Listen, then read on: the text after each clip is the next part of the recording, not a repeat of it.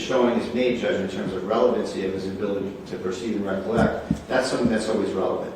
And so we have documented video of him smoking marijuana all over his home all the time for months, over 200 times. And so the pervasiveness of it, I would suggest, points to that there's a problem, number one. Certainly the problem with this guy.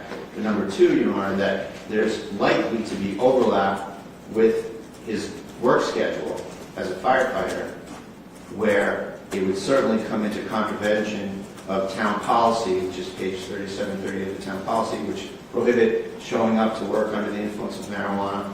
And that would trigger the further town policy, which is that if there's an incident, there should be random testing of town employees.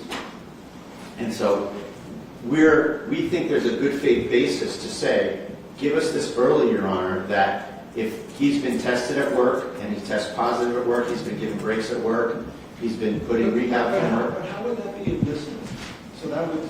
So let's assume he even 2 days before, on the 28th, his screening came back at his employer for positive for THC. Sure. Okay, so then what?